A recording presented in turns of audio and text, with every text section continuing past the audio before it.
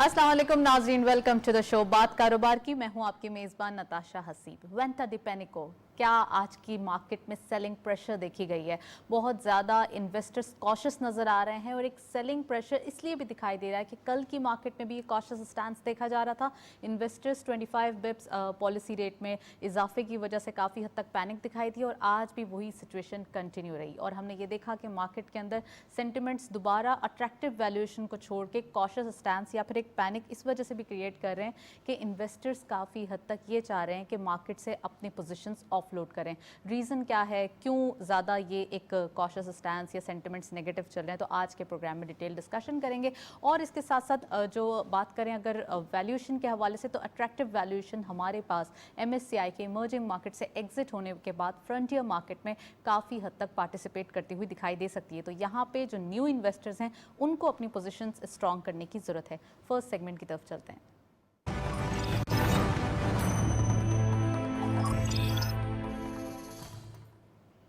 Let's have a look on daily highlights. आज की market की परफॉर्मेंस देखते चलते हैं। ओपन हुई मार्केट 46,008.85 के लेवल पर, हाई साइड टू मार्केट की 46,031.89, lower was 44,788.17 and finally closure 45,597.24। हम देख सकते हैं 45,000 के लेवल पे आज मार्केट का क्लोजर रहा है। साइकोलॉजिकल बैरियर लूज हुआ है 46,000 का। 411.61 का डिक्लाइन आज के दिन देखा गया है। टर्नओवर में करंटली 583.73 मिलियन शेयर्स ट्रेड किए गए हैं। 257.93 का इजाफा देखा गया है। 17.39 बिलियन रुपीस वैल्यू देखी गई है। एंड वॉल्यूम लीडर्स में all script being in red territory. WTL इस लिस्ट को लीड कर रहे हैं 0.13 के डिक्लाइन के साथ। 2.98 पे क्लोजर। 91.05 मिलियन शेयर्स ट्रेड किए गए। एसगार्ड 9 लिमिटेड 1.61 का डिक्लाइन। 22.53 पे क्लोजर। 36.19 मिलियन शेयर्स ट्रेड किए गए। एंड लास्टली हम नेटवर्क लिमिटेड 0.44 का डिक्लाइन। 6.25 पे क्लोजर। 34.07 का कारोबार रहा।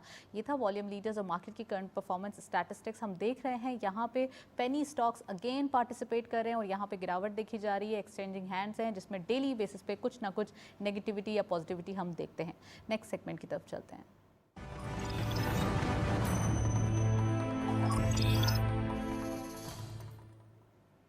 टॉपिक ऑफ द डे में आज हम डिटेल डिस्कशन करने वाले हैं पाकिस्तान स्टॉक एक्सचेंज की परफॉर्मेंस। इंडेक्स में जो एक पार्टिसिपेशन कॉशियस स्टैंस दिखाई दे रहा है, लैकलस्टर बिहेवियर भी हम कह सकते हैं इन्वेस्टर्स की जानिब से। तो ये तमाम चीज़ें क्यों पैदा हो रही हैं, हमारे साथ स्टूडियो में गेस्ट मौजूद हैं, उनको वेलकम करते हैं। आज हमारे साथ मौजूद हैं कामरान नासिर साहब। आप JS ग्लोबल के CEO हैं। अस्सलाम वालेकुम। जी वालेकुम सलाम। Welcome to the show Kamran साहब। Thank you. सर, सबसे पहले ये बताइए कि मार्केट के अंदर एक पैनिक सेलिंग देखी जा रही है। कल भी हमने ये विटनेस किया था, आज भी अगेन यही सिचुएशन देखी जा रही है। क्यों इतना ज़्यादा पैनिक प्रिवेल होता हुआ डेली बेसिस पे दिखाई दे रहा है?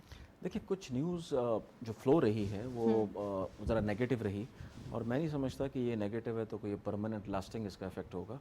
अच्छा। एक जनरल हमारी मार्केट में किसी भी चीज़ को, जैसे आप जानते हैं कि बहुत ही रिएक्टिव मार्केट है और मार्केट्स जनरली रिएक्टिव होती हैं।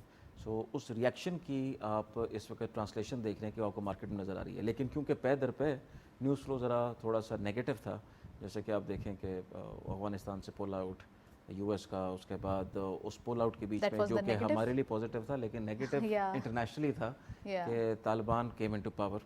सो उसको जिस तरह से वेस्टर्न वर्ल्ड देख रही है, उनका एक रिएक्शन है। पाकिस्तान उस पर भी ज़रा कंसर्न है कि हाउ थिंग्स वुड अनफोल्ड। दूसरी चीज़ अगर आप देखें तो आपको इन्फ्लेशन के नंबर हाई नज़र आएंगे। करंट अकाउंट डेफिसिट आपका बलून कर गया।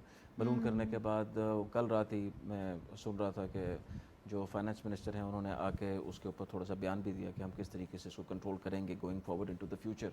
और क्योंकि इन्फ्लेशन बढ़ रही थी, ये सारा कुछ हो रहा था, इसी के पीछे स्टेट बैंक को आपका इंटरेस्ट रेट भी इंक्रीज़ करना पड़ गया विद 25 बेसिस पॉइंट। हालांकि मेरे ख्याल में तो गुंजाइश शायद 50 बेसिस पॉइंट की थी, लेकिन इन्वेस्टर शायद नाराज़ हो जाएं। सो 25 बेसिस पॉइंट भी for me that's pretty normal. Pakistan की मार्केट्स ने इससे ज़्यादा करंट अकाउंट डेफिसिट पे भी अच्छा परफॉर्म किया है और इससे ज़्यादा हायर इंटरेस्ट रेट पे परफॉर्म किया है। सो ये एक नेचुरल प्रोसेस है कि जब भी कभी ऐसी न्यूज़ आती है सो मार्केट थोड़ा सा जिटरी होती है, मार्केट थोड़ा सा पैनिक मोड में जाती है। उसमें अगर आप देखते हैं कि जो वीक होल्डर्स होते हैं उनकी सेलिंग सबसे पहले स्टार्ट होती है। उनकी सेलिंग स्टार्ट होती है। मार्केट अगर नीचे आए तो जितना आपने मार्केट में मार्जिन फाइनेंस दिया हो वो मार्जिन वाली पोजीशन स्क्वायर होना शुरू हो जाती हैं और इसी के बीच में फिर म्यूचुअल फंड्स में रिडेम्पशन भी आना शुरू हो जाती है। सो ये सारा कुछ जब एक ही साथ कंबाइन हो जाए तो उसका रिजल्ट आप देखते हैं कि मार्केट 2 दिनों के अंदर तकरीबन अगर आप कल का भी देखें, कल कोई 400 पॉइंट प्लस थी, बल्कि 500 के पॉइंट प्लस होने के बाद वो नेगेटिव हो गई 600, बिल्कुल। और उसके बाद आज के दिन में 1250 के करीब मार्केट नेगेटिव होके अल्टीमेटली क्लोज हुई तकरीबन 400 पॉइंट्स पे। सो ओवरऑल इन 2 डेज मार्केट ने 2000 पॉइंट का डिप लिया। सो मुझे तो हमेशा ऐसा लगता है कि this is an opportunity to invest and to buy more. Instead of being a short-term investor into the market, one should be a long-term investor. Buy on dips हमेशा कहा जाता है यही, तो ये एक फिनोमेना है। अच्छा कामरान साहब, डिफरेंट सेक्टर्स की डिफरेंट पोजीशन नज़र आ रही हैं। जैसे कल आपने कहा कि starting of the day market ने परफॉर्म किया, एक पॉजिटिविटी देखी, बैंकिंग सेक्टर्स बहुत अरसे बाद एक एक्टिव होते हुए दिखाई दिए, और फिर उसके बाद मार्केट के अंदर दोबारा एक नेगेटिविटी आ गई। तो अगर 25 बेसिस पॉइंट्स इतना ज़्यादा एक बिग डील नहीं थी, लेकिन फिर भी उसके बावजूद मार्केट ज़्यादा बिहेव नहीं कर रही, तो इतना इम्पैक्ट आने की पहले से ये हम कहेंगे कि अंदाज़ा था, ये प्रेडिक्शंस थी कि अगर नेगेटिव इतना ज़्यादा नेगेटिव बिहेव करेगी मार्केट? देखिए, अंदाज़ा होना शुरू हो गया था। उसके होने की वजह ये, देखिए बैंक्स तो सर्टनली उनके लिए तो अगर इंटरेस्ट रेट राइज हो रहा है तो that is a positive news. So banks को तो उस पर चलना ही था, क्योंकि बैंक्स इस सारे पीरियड के अंदर they have not been the performers. Performers क्या रहा है? आपके सिक्लिकल आइटम्स। सो सिक्लिकल में आप देखिए सीमेंट ने परफॉर्म किया, स्टील ने परफॉर्म किया। अब अगर आप साथ साथ देखें कि कोल प्राइसेस कहाँ चली गई और जो कमोडिटी प्राइसेस हैं ग्लोबली, वो इस एतबार से इंक्रीज़ किए हैं कि जनरली मार्केट ने वो पैनिक सेटन होना शुरू हो गया था कि प्राइसेस ऊपर जा रही हैं, इनपुट मटेरियल के ऊपर जा रही है, और उसी के बीच में आपकी करेंसी की डिप्रिसिएशन। सो जो भी इम्पोर्ट लेड काम कर रहे हैं, कंपनी जो काम कर रही हैं, उनकी कॉस्ट का इंक्रीज़ होना, बिकॉज के अगर डॉलर अप्रिशिएट कर रहे तो वो चीज़ महंगी हो रही है, तो ऑब्वियसली वहाँ पे एक क्वेश्चन मार्क खड़ा हो जाता है। और इन्वेस्टर, क्योंकि मार्केट ने पेंडेमिक के अंदर 28,000 से रिबाउंड करके मार्केट आ गई थी अबाउट 47,000 टू 48,000। एग्जैक्टली। तो जब इतना लंबा रन होता है 20,000 पॉइंट का, सो उसमें अगर आप कोई करेक्शन भी देखें, मेरा नहीं ख्याल कि इस पे हमें को बहुत ज़्यादा फिक्रमंद होने की ज़रूरत है, अनलेस एंड अनटिल अगर आपको लगे कि जो कमोडिटी साइकिल है ये परमानेंट है, और परमानेंट अगर लगे तो फिर आपको कंसर्न होना चाहिए। अच्छा कामरान साहब, आपने जिक्र किया कि एक हम कहेंगे कि मार्केट ने परफॉर्म किया था 28,000 से 48,000 के 20,000 पॉइंट, तो इसको परफॉर्मेंस को हुए हुए भी तकरीबन 2 साल हो गए। ये दूसरा फिस्कल ईयर है जब मार्केट ने आई मीन मार्च की बात कर रहे हैं हम लास्ट ईयर की, और उसके बाद एक दूसरा फिस्कल ईयर आया, एक पॉजिटिविटी आई, अब ये अगेन अलग साल है। तो 2 साल के बाद मार्केट परफॉर्म करती हुई दिखाई दे रही है, तो यहाँ पे एक पॉज नहीं नज़र आ रहा कि 48,000 पे मार्केट स्टक हो गई और दोबारा अब नेगेटिविटी की तरफ आ रही है? तो अब ऐसा क्या इतना ज़्यादा नेगेटिव सिनेरियो है जो ज़्यादा मार्केट को पुश करता हुआ नेगेटिव साइड पे दिखाई दे रहा है? देखिए, मेरा व्यू ये है कि एक तो पहली बात है 2 साल नहीं हुए, फिस्कल ईयर 2 इस तरह से हो गए कि पहले फिस्कल ईयर में जो हाँ, 2020 ये था, वाला स्टार्ट हुआ है उसमें काम खराब हुआ था, कोविड आया, हिट किया, पेंडेमिक आया, और उसके बाद आपने देखा कि पाकिस्तान के अंदर लॉकडाउन वगैरह लग गए। लेकिन जो सेकेंड ईयर स्टार्ट हुआ, सेकेंड ईयर के अंदर तो उसका रिकवरी का पीरियड स्टार्ट हुआ। सो ओवरऑल पुट टुगेदर ये कोई 15-16 महीने का पीरियड है। सो मेरा ये ख्याल है कि हम 48-47,000 के जो साइकोलॉजिकल बैरियर को सोचते हैं कि 50,000 हिट करेगी, उससे ऊपर जाएगी कि नहीं जाएगी, आप कंपनीज के रिजल्ट अगर देखेंगे तो रिजल्ट्स फिनोमिनल आए। पाकिस्तान ने कोविड के पीरियड में गवर्नमेंट ऑफ पाकिस्तान ने इतने अच्छे पैकेजेस दिए कि उन पैकेजेस की बैक के ऊपर जो सेक्टर्स थे उन्होंने परफॉर्म किया। उन्होंने परफॉर्म इसलिए किया कि आपने देखे कि मॉनेटरी टाइटनिंग हुई थी, वहाँ से मॉनेटरी ईजिंग के ऊपर चले गए, और विद इन नो टाइम आप 13.25 से उठ के 7% पे आ गए। सो वो एक ब्रीदिंग स्पेस आपकी कॉर्पोरेट्स को मिला।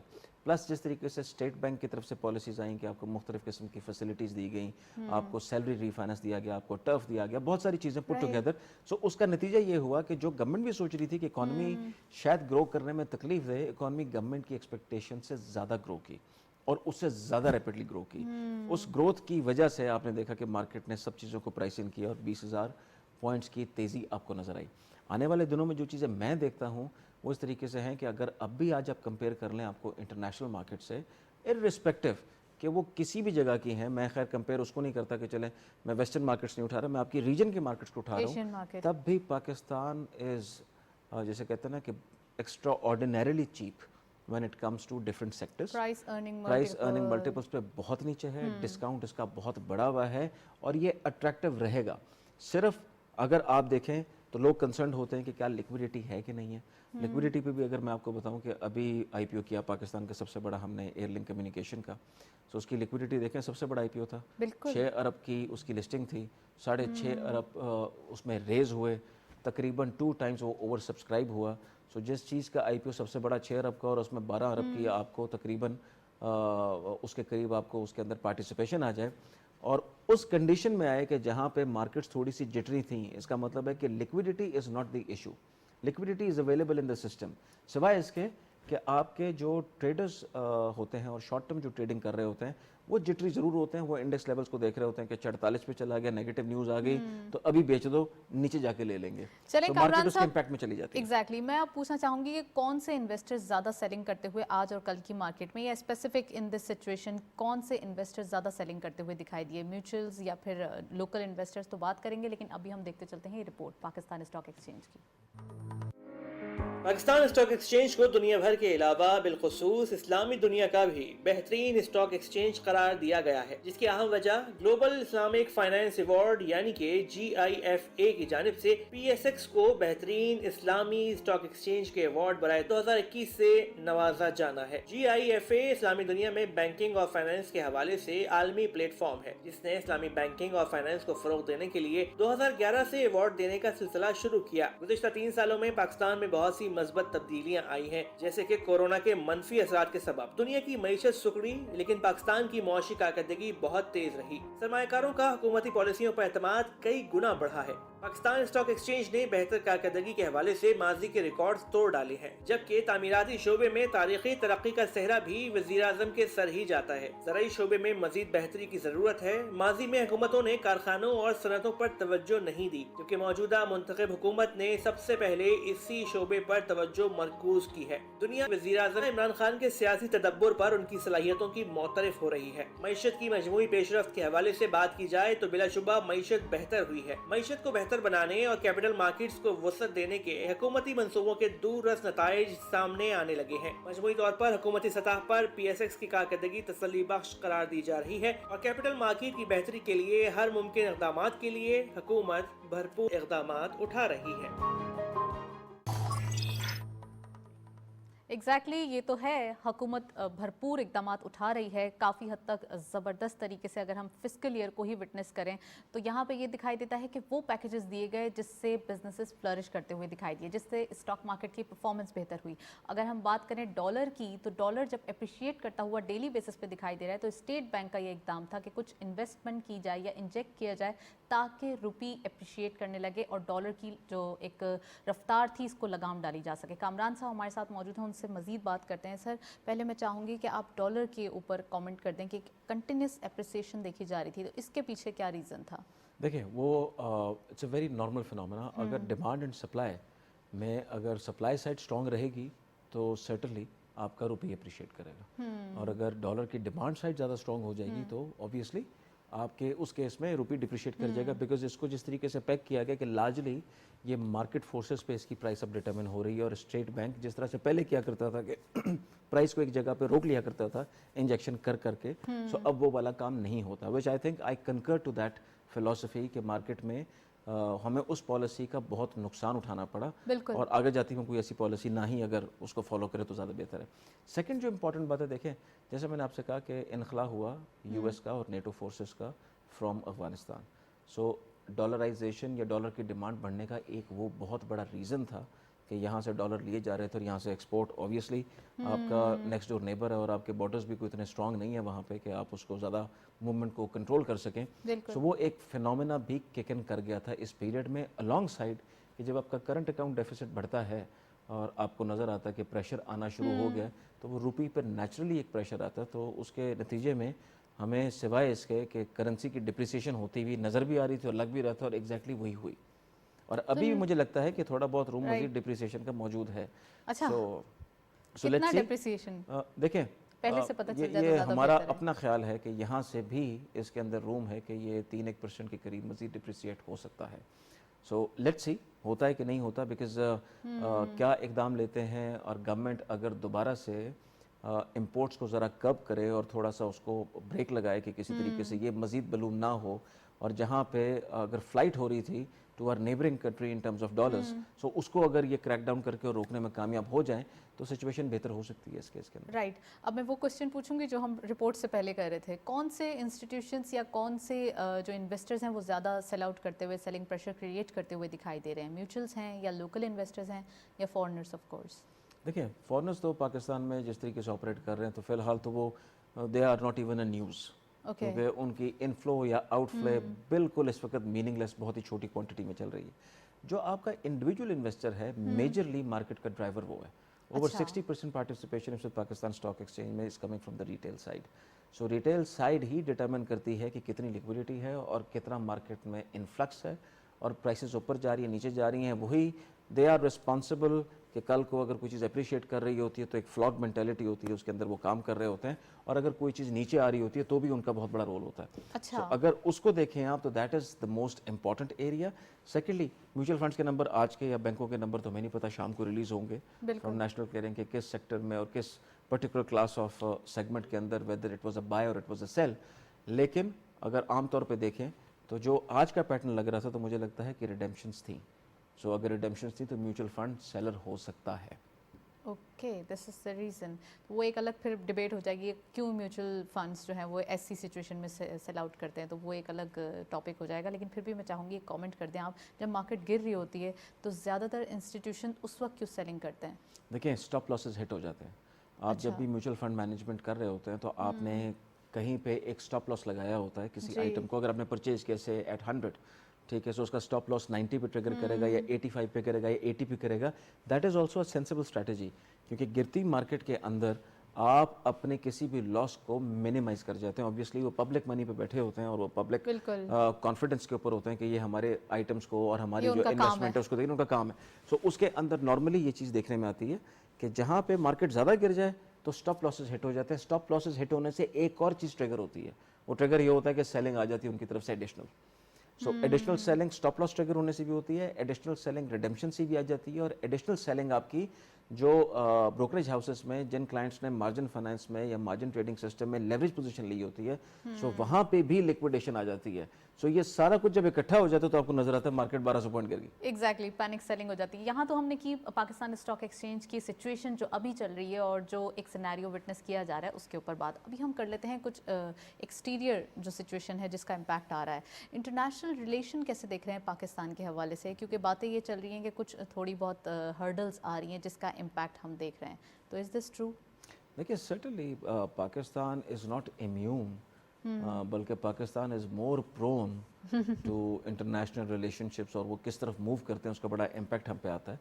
सो पाकिस्तान इस वक्त जिस सिचुएशन से गुजरा है, ऑब्वियसली आपके नेक्स्ट डोर जो कुछ भी हुआ है, सो उसका पॉजिटिव और नेगेटिव इम्पैक्ट बिल्कुल। दोनों पाकिस्तान पे आ भी रहे हैं और आएंगे भी। अच्छा। अभी रिसेंटली आपने देखा कि न्यूजीलैंड की टीम ने पुल आउट किया पाकिस्तान से अपने टूर को, इंग्लैंड ने अपना टूर कैंसिल किया एग्जैक्टली। है। सो ये सारी चीज़ें आपको ये इंदिया दे रही हैं कि जो एक्सटर्नल फोर्सेस हैं उनका बड़ा मेजर रोल है इन चीज़ों के अंदर, और ये नेगेटिविटी स्प्रेड करने में उसकी रिफ्लेक्शन आपको मार्केट्स में भी नजर आएगी। ऑब्वियसली बिकॉज पाकिस्तान, आप उसको आइसोलेट तो नहीं कर सकते कि अगर कोशिश तो इंटरनेशनली यही की जा रही है। कोशिश यही की जा रही है, लेकिन आइसोलेट इसलिए नहीं कर सकते कि इंटरनेशनली कोई चीज़ नेगेटिव हो रही है तो उसका इम्पैक्ट हमेशा कैपिटल मार्केट्स लेगी। सो सिचुएशन इस वक्त बड़ी फ्रेजाइल है, और आई थिंक कि अभी तक तो गवर्नमेंट ने उसको बड़ा सेंसिबली हैंडल किया है।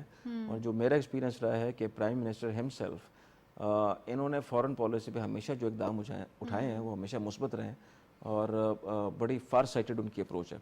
सो समटाइम्स किसी फार साइटेड अप्रोच के अंदर आपको शॉर्ट टर्म तकलीफ बर्दाश्त करना चाहिए भी और करनी पड़ती भी है। That's my view. Self respect.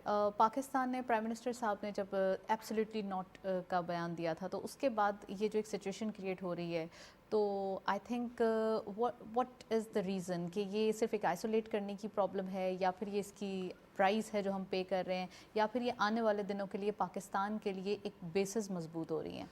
देखिए, बड़ा सिंपल है ये नताशा। अगर आप इसको इस तरीके से एनालाइज करें कि आपने इससे पहले कभी बोल्ड स्टेटमेंट दिया नहीं था, राइट। सो पहली बार अगर किसी ने बोल्ड स्टेटमेंट दिया सब है झुकने के आदी थे पहले। तो हाँ, तो वो एक चीज़ किसी को हज़म होना आसान नहीं है, और कहीं ना कहीं किसी ने इस जिम्मेदारी को शिफ्ट करना है कि अगर वेस्टर्न फोर्सेस उनको नज़र आ रहा है कि देवर कम्प्लीटली डिफीटेड इन अफगानिस्तान, सो उसका ब्लेम उन्होंने किस पे रखना है। तो सबसे आसान टारगेट है कि ब्लेम अगर करना है तो पाकिस्तान को कर दो। सो वो ब्लेम गेम चलती है, वो चलती रहेगी। मुझे नहीं लगता कि ये ब्लेम गेम कभी पाकिस्तान पर आने वाले दिनों में भी कम हो सकती है, unless and until sense prevails.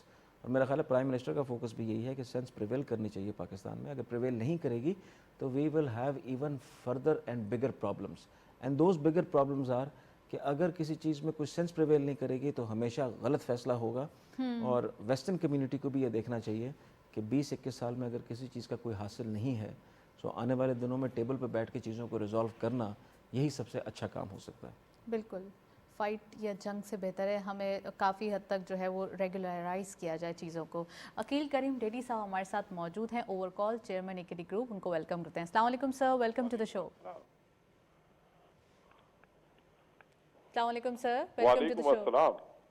Ji sir, economic situation कैसे दिखाई देती है आजकल? जो इंटरनेशनल रिलेशन है उसको लेके काफ़ी हद तक इन्वेस्टर्स भी मार्केट के अंदर भी और ओवरऑल भी पैनिक सिचुएशन क्रिएट कर रहे हैं, कैसे देख रहे हैं इन सब चीज़ों को? मार्केट में बहुत सारे लोग हैं पैनिक की बातें कर रहे हैं, लेकिन ये तो रेगुलेटर का काम है ना कि अगर कोई बंदा नेगेटिव बात कर रहा है और अगर वो नेगेटिव नहीं है तो उसको चेक करें। अगर लोग प्रोपेगेंडा फैला रहे हैं तो हमारे मुल्क के अगेंस्ट ही है। और अगर इंटरनेशनल हालात जाके देखना चाहें तो मैं नहीं समझता हूँ पाकिस्तान ने आज पिछले 3 साल में जो कॉन्फिडेंस गेन किया है वो पहले कभी नहीं किया। तो मामला हमारे कोई इतने ज्यादा बुरे नहीं। अगर किसी को ये कहे कि इंडिया ये कहता है तो वो तो हमारी बदकिस्मती है कि हमारे लोग इंडिया की बात करें, हमारी बदकिस्मती है कि हम इजराइल की बात करें, वो तो हमारे दुश्मन है। और पाकिस्तान की अगर सिचुएशन हम देखने जाते हैं तो आपने जेफ स्टैंडर्ड बेचे $600 मिलियन के, अब तो आपकी अचीवमेंट है, आपकी इकोनॉमी के नंबर अच्छे हैं, आपके रिजर्व भरे हुए हैं, आपका रुपीज रीवैल्यू होकर डिवैल्यू हुआ है, कोई डिवैल्यूएशन नहीं हुआ है। और अगर आप अपने बाकी नंबर्स को, कोविड की वजह से इन्फ्लेशन जो आया है वो कमोडिटीज बढ़ी है और फ्रेट के रेट बढ़े, तो कोई एक ऐसी चीज नहीं है जिसको आप कोई जस्टिफाई करे। मैं समझता हूँ परफॉर्मेंस गवर्नमेंट की बहुत अच्छी है और माशाल्लाह गवर्नमेंट परफॉर्म कर रही है। और सेंट्रल बैंक ने 1/4% अगर इंटरेस्ट रेट बढ़ाया भी है तो उसकी वजूहत सिर्फ यही है कि करेंसी को सपोर्ट देने के लिए और लोगों को सिग्नल देने के लिए कि अगर स्पेंडिंग बढ़ी और इंपोर्ट बढ़ी तो हमारी मजबूरी है ये। तो मेरा नहीं ख्याल है कि हमें अब इन बातों में घुसने की जरूरत है। मेरे अपने हिसाब से कॉर्पोरेट रिजल्ट बहुत अच्छे आ रहे हैं, ये रिजल्ट पहले कभी भी नहीं आए। डिविडेंड यील्ड बेहतरीन है, पी रेट से अगर कंपेयर करें तो भी मार्केट बेहतर है। इस मुल्क की बदकिस्मती क्या है कि इस मुल्क के जो इदारे हैं उनको ये नहीं पता 1 और 1 2 होते हैं या 1 और 1 11 होते हैं, बस उनके मसले हैं। वो मार्केट में ट्रेड करते पर्सनल गेन करने के लिए, मुल्क के लिए नहीं करते, इदारे के लिए नहीं करते। और फिर कुछ स्पेकुलेटर हैं, उनको रेगुलेटर कभी देखता ही नहीं है। ये सारी चीजें मेरा नहीं ख्याल है जिस मुल्क में 14% डिविडेंड यील्ड के शेयर मिल रहे हो और उसके बारे में हम कहेंगे हमें मंदी लगती है तो फिर तो बदकिस्मती है।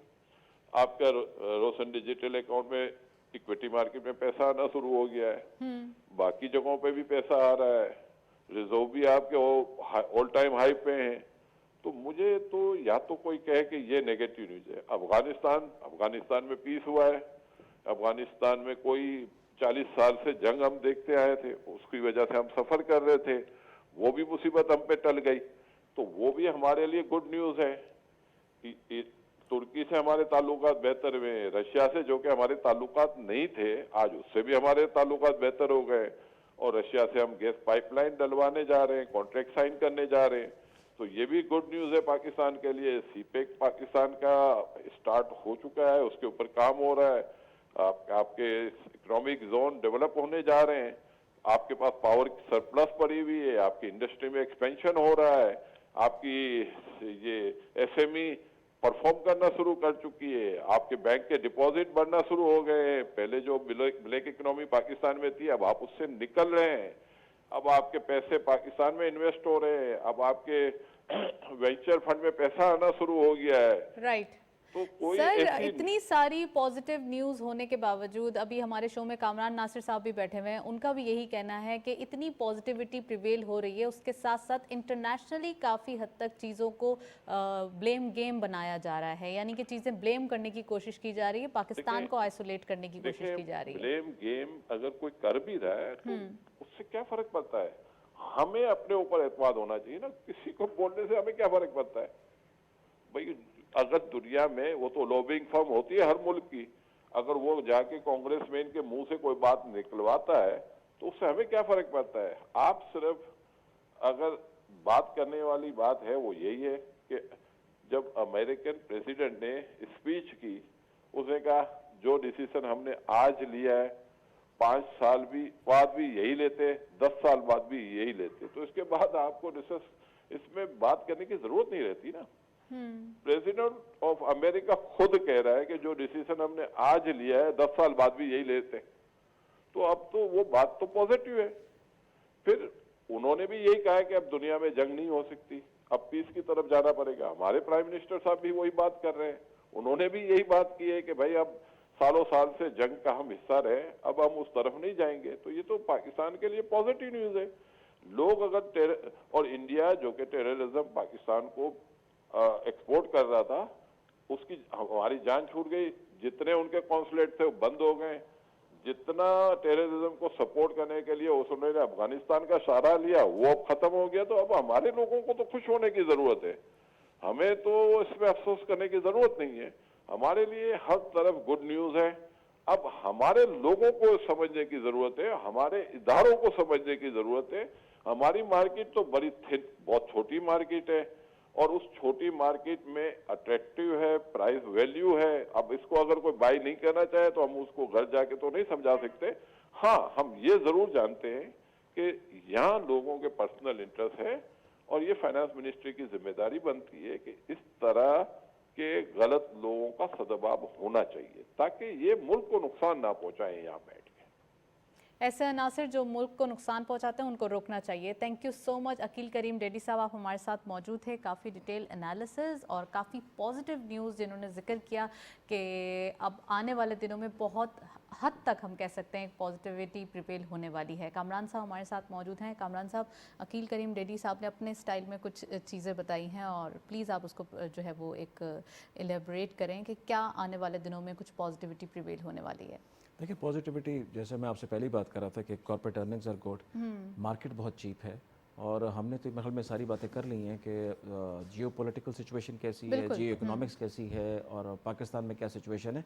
सो ये टेम्प्रेरी पीरियड्स हर मार्केट में आते हैं। मतलब है कि हम बहुत जल्दी परेशान हो जाते हैं कि मार्केट ने आज 1100 पॉइंट निकाल दिए, 1200 निकाल दिए, 1300 निकाल दिए। याद रखिए, any investor who is a long term investor in the Pakistan stock exchange, उसने हमेशा पैसे बनाए हैं। हमेशा जो वीक होल्डर होगा, ये जो ट्रेडिंग माइंडसेट से चल रहा होगा, उसका नुकसान हो जाता है। क्योंकि वहाँ पे एक सेंस, सबसे ज़्यादा प्रॉब्लम कहाँ पे आती है कि हमारा जो ट्रेडर होता है, जो डे ट्रेड करता है, उसको ख़रीदने का पता होता है, उसे बेचा नहीं जाता।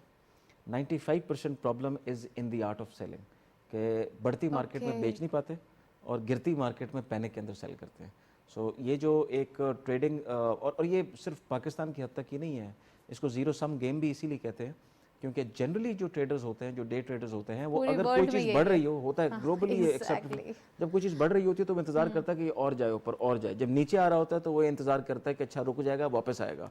सो वो डिसीजन करने में हमेशा वहाँ पे एक गलती हो जाती है।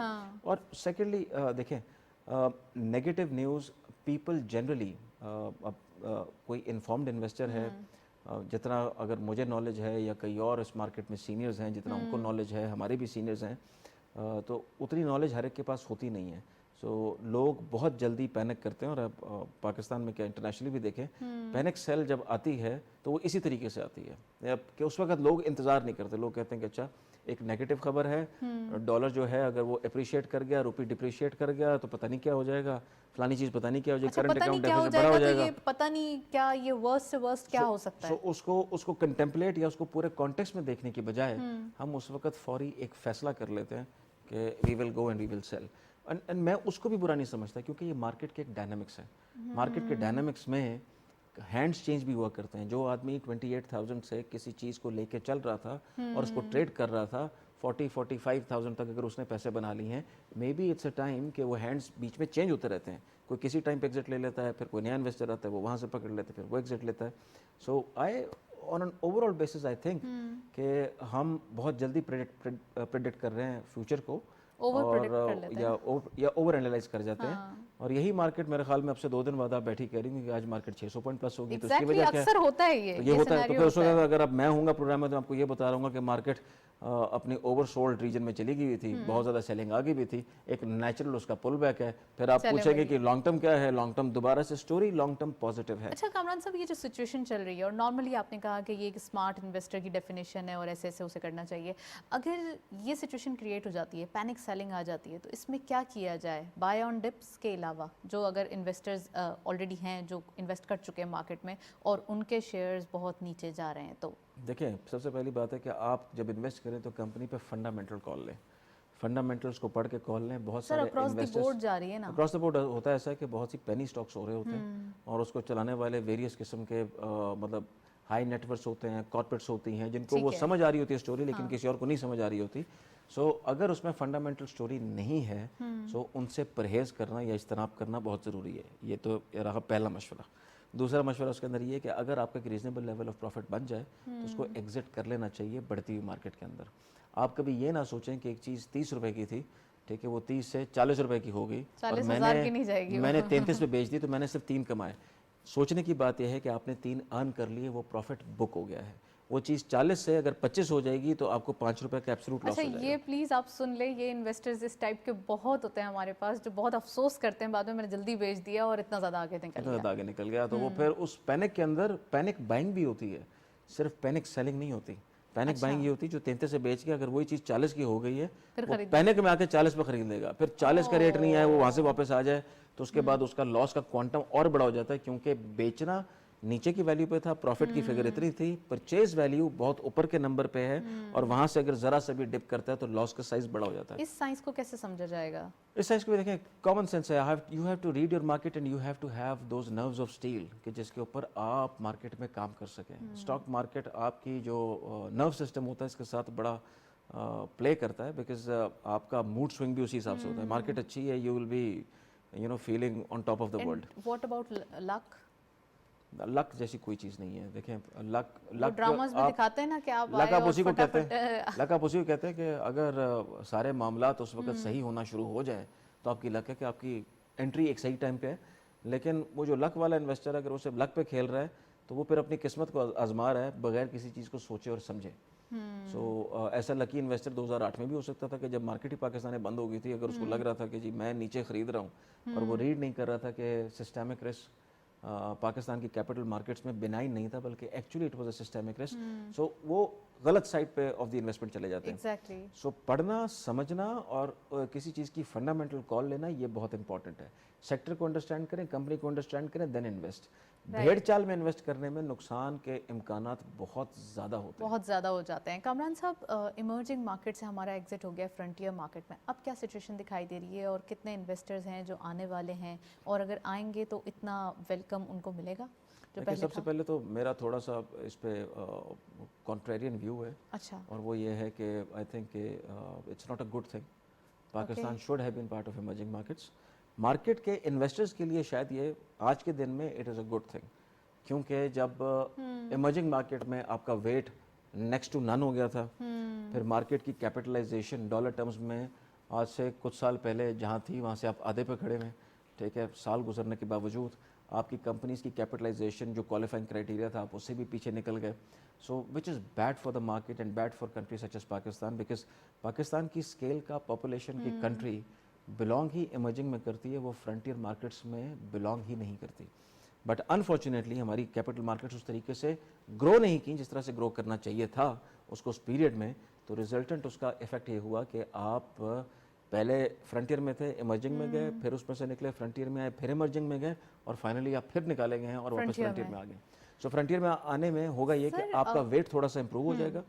जो वेट अगर आपका इंप्रूव होगा तो over the period you can expect कि जो आपका फॉरेन इन्वेस्टर फ्लो बिल्कुल रुक गया था और सिर्फ एक एक्सोडस थी कि इन्वेस्टमेंट बाहर जा रही थी, तो उसके वापस आने के इम्कान है, starting with a small number but gradually it can increase. Right, जैसा कि आपने कहा कि 2008 में हमारा एक एग्जिट हो गया या किसी भी तरीके से एक सिस्टमेटिक एरर था वो, उसके बाद दोबारा यही सिचुएशन क्रिएट हुई। कितनी रिजेम्बलेंस दिखाई देती है दोनों सिचुएशन नहीं, 2008 की दोबारा रेप्लिका नहीं हुआ। अच्छा। 2008 वाज जैसे कहते हैं अनयूजुअल साल था और उसके बहुत सारे एक मार्केट के लिए तो बहुत प्रॉब्लमेटिक थी। देखिए सुपर कमोडिटी साइकिल था उस वक्त, ग्लोबल इक्विटी सेल ऑफ था, सब प्राइम मॉर्गेज के इश्यूज थे, प्लस पाकिस्तान में उस वक्त जो भी गवर्नमेंट आई थी वहाँ पे फाइनेंस मिनिस्ट्री का रोल एब्सेंट था, and there were certain bad decisions that were taken at the top level, और आई डोंट थिंक कि उस वक्त जो फैसले किए गए थे मार्केट को बंद करने के वो ठीक थे। सो वो सारी चीज़ों ने put together club together market का एक जैसे कहते हैं कि सिचुएशन ही चेंज कर दी थी। सो एक तो प्रॉब्लम होती है कि ग्लोबल आ रही होती है, और एक होती है कि सेल्फ इन्फ्लिक्टेड प्रॉब्लम भी होती है। ओके तो पाकिस्तान में मार्केट बंद करना, या जिन्होंने भी उस वक्त ये फैसले को सपोर्ट किया था कि मार्केट बंद कर दी जाए, मेरा ख्याल है कि वो बहुत बड़ी ज़्यादती थी। सो मार्केट्स को बंद करना is never a solution. Market को अपने मोमेंटम पे, अपने डिमांड एंड सप्लाई और अपने प्राइस डिस्कवरी पे वैसे ही छोड़ना चाहिए, अदरवाइज उसका नुकसान जो है ना वो नाकाबिले तलाफ़ी है। सो वो नाकाबिले तलाफ़ी हमने काम कर लिया था, और theoretically in my book it is unforgivable that decision, जिसके अंदर आपने मार्केट्स को बंद कर दिया। ये इसने हमें and that is the international community में बहुत पीछे फेंक दिया था। इसी वजह से हमें इमर्जिंग मार्केट से वहाँ पे निकाल के फ्रंटियर में हमें भेजा गया, और फिर फ्रंटियर में आने के लिए वापस हमें तकरीबन 8 साल लगे उस मेहनत को करने में। 8 साल लगे, लेकिन 8 साल के बाद भी कोई एक हम कह सकते हैं पॉलिटिकल सिचुएशन और इकोनॉमिक स्टेबिलिटी वो नहीं रही, जिसकी वजह से हम नेगेटिव साइड पे चले गए। चलें, इसका भी मैं आंसर दूंगी। नेक्स्ट सेगमेंट की तरफ चलते हैं।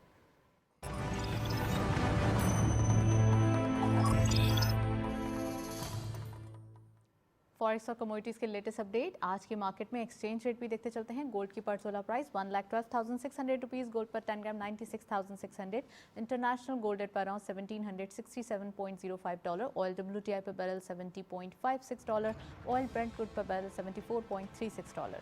करेंसीज में सबसे पहले यूरो बाइंग रही 197.50, selling was 199.50, UK pound buying रही 231.50, selling was 234, US dollar buying रही 169.40, selling was 170.30, Chinese yuan buying रही 23.70, selling was 23.85, Saudi riyal buying रही 44.50, selling was 45 rupees, UAE dirham buying eight 46.40, selling was 46.90, Kuwaiti dinar buying रही 481.50, selling was 484 rupees, and lastly Omani riyal buying रही 392.50, selling was 394.5।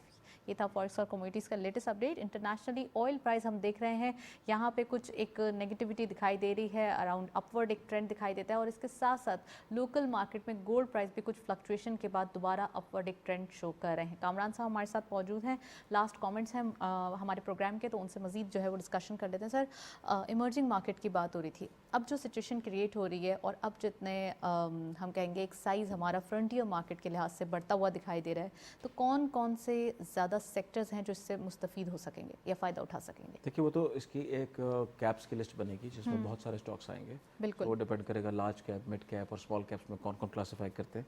सो आपके जो major इस वक्त stock market में volume generators हैं, ये सारे के सारे स्टॉक्स वन वे और दी अदर उसके अंदर मौजूद होंगे, जितने भी इंपॉर्टेंट वॉल्यूम जनरेटिंग स्टॉक्स हैं। इंपॉर्टेंट बात यह है कि हम यहाँ पे आए क्यों, आने की वजह देखें, इकोनॉमिक क्राइसिस जो कि year after year Pakistan face करता रहा, जो कि पिछले गवर्नमेंट में बहुत ही ज़्यादा आपकी जो एक्सटर्नल अकाउंट की पोजीशन थी वो इंतहाई ख़राब हो गई थी। सो वो ख़राब होने के बाद उसको स्टेबलाइज करना, और ये हमारे साथ और फिर उसके बाद वो क्यों निकाला वाला एक वो भी तो चला था ना सर, एक वो भी अच्छी खासी चीज़ें अगर हम उसको पॉलिटिसाइज ना करें, तमाम चीज़ें सेटल थी। हाँ नताशा, देखें वो तो एक पॉलिटिकल कमेंट है, मैं उसको तो अवॉइड करूँगा कि पॉलिटिक्स में क्या हो रहा है क्या नहीं हो रहा है। मैं तो प्योर इकोनॉमी की साइड से अगर आपको बताऊँ, so certain decision were very bad जो उस वक्त लिए गए कि आप डॉलर को एक प्राइस को रोक लें, जिससे एक्सपोर्ट पे फोकस नहीं, आपका सारा फोकस इंपोर्ट के ऊपर था, और जिस तरीके से कर्जे लिए गए और डिप्लॉय किए गए और वहाँ डिप्लॉय हो गए जो कि इस वक्त या पाकिस्तान के शॉर्ट टू मीडियम टर्म में अर्निंग एसेट्स नहीं बन सकते। सो वहाँ पे कोई आपको आउटपुट नज़र नहीं आएगी।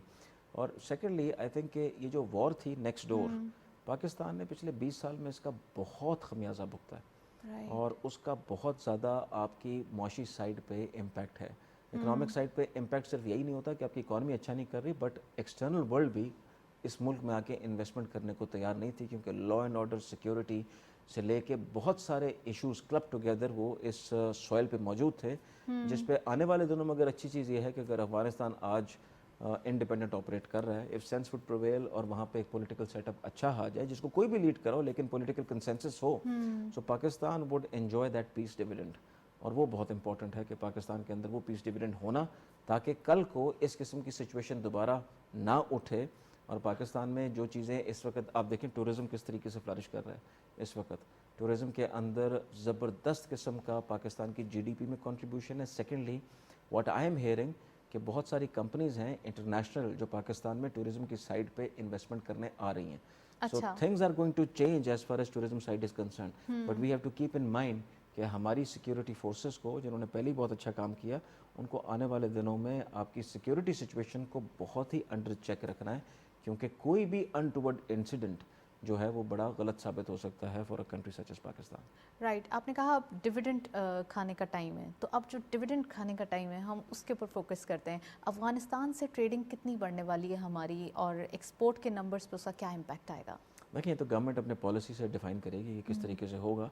अक्सर हम ऐसी ट्रेड बैलेंस क्रिएट कर लेते हैं जो पाकिस्तान के लिए नेगेटिव होता है, दूसरों के लिए पॉजिटिव होता है। सो हम नेट इंपोर्टर बन जाते हैं और यहाँ से एक्सपोर्ट कम हो रहा होता है। सो वो हमेशा रिफ्लेक्शन आपको नज़र आएगी कि अगर चाइना के साथ भी आपका ट्रेड नंबर बहुत बड़ा है तो वो ट्रेड नंबर ह्यूजली नेगेटिव है। इसी तरीके से आप इंटरनेशनल कम्युनिटी से जहाँ भी कर रहे हैं तो वहाँ पे उस बैलेंस को स्ट्राइक करना और ऐसे फ्री ट्रेड एग्रीमेंट्स में एंटर होना या बायलैटरल एग्रीमेंट्स में एंटर होना जिसमें आप अपनी एक्सपोर्ट को फ़रोग दे सकें, ये काम गवर्नमेंट का रहते हैं कि मिनिस्ट्रीज़ को जो रेलेवेंट है यहाँ पे वक्त है कि वो इधर फोकस करें। सो मुझे जैसे कि इस टाइम में नज़र आता है कि पाकिस्तान के अंदर एक बूम आ रहा है, सिर्फ टूरिज़्म का नहीं बल्कि टेक्नोलॉजिकल प्लेटफॉर्म्स का। So, कल को आप टेक्नोलॉजी के अंदर जो कंपनीज लिस्ट होंगी, मैं दोबारा वो एग्जांपल दूंगा, जैसे एयरलाइन का भी टेक्नोलॉजी में लिस्ट हुआ है, उसका रिस्पांस बहुत अच्छा है। इसी तरीके से आप अगर इन्वेस्टमेंट देखें एफडीआई के अंदर, सो वो भी बहुत ज़्यादा स्ट्रॉन्ग आपके टेक्नोलॉजिकल प्लेस में आ रहा है। सो पाकिस्तान में कभी इतनी इन्वेस्टमेंट जो इस साल में आई है, सो ये पिछले 8 सालों की कंबाइंड इन्वेस्टमेंट से ज़्यादा है। So Pakistan is at a cusp कि जहाँ से टेक ऑफ होने लगा है as far as IT and technological platforms are concern, जो कि पाकिस्तान में पहले कभी नहीं हुआ था। और ये गैप फिल होना बहुत ज़रूरी इसलिए है कि हर चीज़ डिजिटाइजेशन की तरफ मूव कर रही है। बिल्कुल, और ये बहुत शॉर्ट स्पैन ऑफ टाइम में जा रही है। सर मैं चाहूँगी शंघाई कोऑपरेशन ऑर्गेनाइजेशन जो आई है उसके ऊपर आप कमेंट कर दें, और कितना इंपॉर्टेंट है इस रीजन का बिजनेस फ्लरिश करना? देखिए, इम्पॉर्टेंट तो है certainly, I mean without any iota of doubt कि उनकी प्रेजेंस और वो जो भी कुछ करना चाहते हैं, सो दैट्स इम्पॉर्टेंट। पाकिस्तान में तो कोई भी फॉरेन कंपनी अगर आती है और काम करती है तो हमारे लिए तो that is a news, because Pakistan has been lacking in terms of foreign direct investment, और वो इतने अरसे से लैक कर रहा है और हम डिपेंडेंट हो गए इस वक्त। ज़्यादातर आपको एफडीआई जो नज़र आ रही थी वो चाइना से आती नज़र आ रही है, चाइना सेंट्रिक हो गई है। इसको चाइना सेंट्रिक से हट के भी बाकी इंटरनेशनल कम्युनिटी से आना चाहिए, बिकॉज गोइंग फॉरवर्ड जिस कंट्री में डॉलर इन्फ्लो नहीं होगा, इन्वेस्टमेंट्स नहीं आ रही होंगी, तो then we have a problem कि हमारा जो डेट बर्डन है वो बहुत ज़्यादा है। We are talking of a debt जो कि $100 बिलियन क्रॉस किया हुआ है। सो जब आपने उसको रिटायर करना है तो that is a huge number. So आपको पॉलिसीज़ को एक्सपोर्ट ड्रिवन कैसे करना है, डॉलर को पाकिस्तान में अट्रैक्ट कैसे करना है, उस तरफ फोकस करना पड़ेगा। मेरे ख्याल में करना पड़ेगा, राइट। रेगुलेटर्स ने जो ये RDA इस वक्त रोशन डिजिटल अकाउंट बनाया, मेरे ख्याल में उसका पोटेंशियल भी अचीव नहीं है, and it's a great initiative taken by this government, and congratulations के मुस्तहिक हैं आपकी जो रेगुलेटरी बॉडीज़ है, भले आपका एपेक्स रेगुलेटर हो या फ्रंटलाइन रेगुलेटर हो, बिकॉज ये एक बहुत अच्छा काम हो। Thank you so much. Kamran Nasir साहब हमारे साथ मौजूद थे। काफ़ी डिटेल डिस्कशन आज हमने पाकिस्तान स्टॉक एक्सचेंज की खासकर जो एक पैनिक सिचुएशन हो रही है इस पर डिस्कशन करने की कोशिश की है। पैनिक नहीं करना है, इन्वेस्टर्स को थोड़ा कॉशियस जो हैं उनको साइडलाइन होने की ज़रूरत है, लेकिन थोड़ा फोकस्ड रहने की ज़रूरत है। पैनिक ना करें, मार्केट में इंटरेस्ट अपना दिखाएं, क्योंकि मार्केट जो है पाकिस्तान स्टॉक एक्सचेंज की वही काफ़ी हद तक फ्री फ्लोट मार्केट है, और उसके अंदर अगर इन्वेस्टमेंट करते हैं आप तो उसके रिटर्न्स डेफिनेटली आते हैं। That's all. प्रोग्राम को वाइंड अप करते हैं। बात कारोबार की टीम के साथ इजाज़त दीजिए। अल्लाह हाफ़िज़।